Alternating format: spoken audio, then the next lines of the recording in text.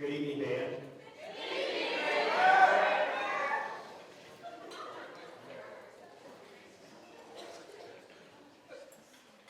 Brown just got done telling us at the table that his speech was short this year. I've got the longer one, so.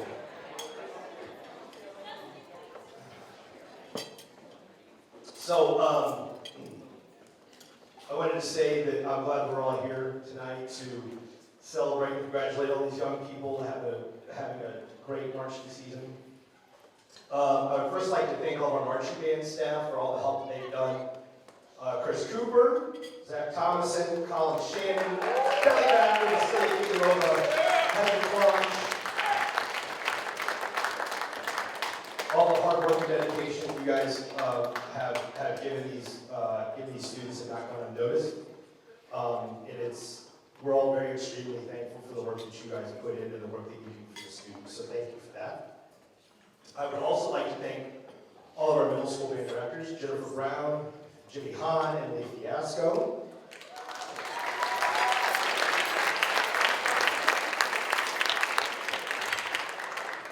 So we always say that being in the Melville band is a 7-year journey. And we're all here to celebrate all of these young people and their success tonight. And they wouldn't be here without the dedication and guidance of our middle school staff. So thank you guys very much for that. I would also like to thank Tony Brown for all his continued work with the band. And I personally feel extremely lucky to be able to teach with him every day and watch him work with all of you guys. So thank you for that, Mr. Brown. Last, and certainly not least, I'd like to thank all the parent volunteers that have helped the band throughout this marching season. Whether it's coordinating driving trailers, loading band instruments, putting on band tailgates, being a team leader at bingo, providing snacks, helping with uniforms during camp, during marching contests. Words seriously cannot describe how grateful we are for your help. Tony and I work very hard to try to put a good marching show out on the field, but we wouldn't be able to move it and get it from point A to point B without all of your help. So thank you guys very much for that.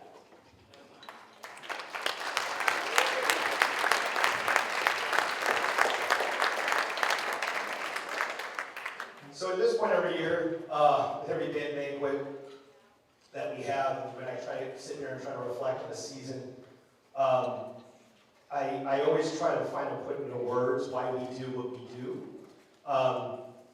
And I always try to think of it and give you guys a perspective as an adult who has been in your guys' position before. So as I'm sitting down and I'm writing this speech, I realized that I started my marching band career 25 years ago. I know, it was shocking to me too. But what's very strange about starting marching band for me 25 years ago was the fact that the memories that all of you guys have already talked about, the memories that you guys are sharing and making are still very much in my head. They're still very much a part of my memory. So I always get kind of nostalgic, and I sit there and I think about all these times, and like my freshman year in high school when I couldn't march, I don't know what it was. It was moving my feet in time with a beat or something, but it was a train wreck. I couldn't do it at all, and I can guarantee you, if any of you all have ever had trouble marching at all, I can assure you that my shortcomings in the marching band field were much worse. Okay? And then there was another time freshman year when we stayed in a hotel in Springfield and I got a rusty fish hook in my foot. I won't talk about that. Moving on. That was a whole other story. My sophomore year, we went to a competition in Tulsa, Oklahoma, and somebody stole all of our marching band equipment. Like literally stole. So it was a week before our homecoming game, and we had nothing. So my dad was one of the band dads that would come out and help load the trailer and unload the trailer and everything. And he looked out his hotel window and saw that the van, the truck was gone. So he assumed that another band dad took it to go get fuel. So my dad walked out in the parking lot, and then he looks across the parking lot and sees that same band dad who he thought took the truck walking out of the parking lot too. And he points at him, and the other guy points at my dad, and they both look where the truck was, and it wasn't there. And we eventually would get our stuff back. Junior year, we ended up going to a competition where it was raining so hard that there was no turf back then on football fields. So people were marching in a huge mud puddle from the 25 to the 25 to a point where people were slipping and sliding all over the place.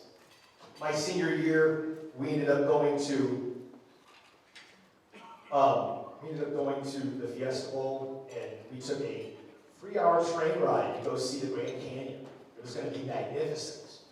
3-hour train ride. Got up at 4 o'clock in the morning, got on a train, drove all the way up there, all the way up in the mountains. We got off to the worst snowstorm in a decade, and we could only see 3 feet out of the canyon. That was it. Now, you can see the Grand Canyon, though. And yeah, it was at a postcard in a gift shop. But I didn't come here to tell you all that. Okay, so it's not about me. Tonight's about you. But I wanted to tell you that time does give you a gift of perspective. Your perspective changes over time. The things that you remember, the things that you realize that you had will change over time as you get older. And throughout the years, I've kind of realized that there's 2 big reasons why I feel like that we do what we do. One, and why we do this activity, is the fact that it's an opportunity and an avenue to better yourself and improve yourself, to understand the importance of teamwork, to understand the importance of developing a good work ethic, the opportunity to be a part of something bigger than yourself. And all of these traits are learned. And all of you have made a conscious decision to learn these things. And some people don't make that decision, and you guys have. And I think that that's something that should be recognized and applauded. And you start realizing how thankful you are that you had that opportunity the older that you get. You end up having a greater understanding of the phrase, opportunity knocks, right? Opportunity knocks. But we always remember that opportunity doesn't always knock twice. So when you have a chance to do something positive, you should take that chance in order to do positive things.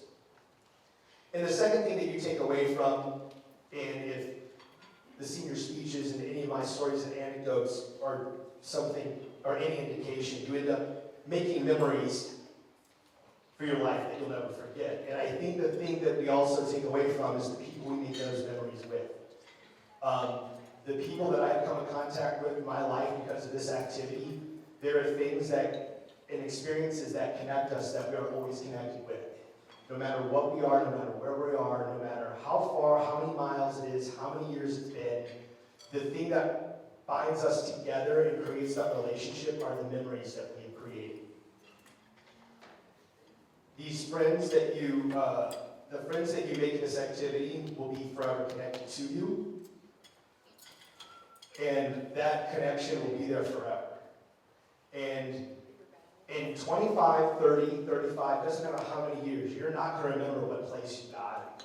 You're not going to remember who you beat or who beat you. You're not going to remember how many caption trophies you won. The things that you're going to walk away from are the relationships and the memories. So in closing, I'd like to say soak it all in and always remember to live these moments well. Thank you.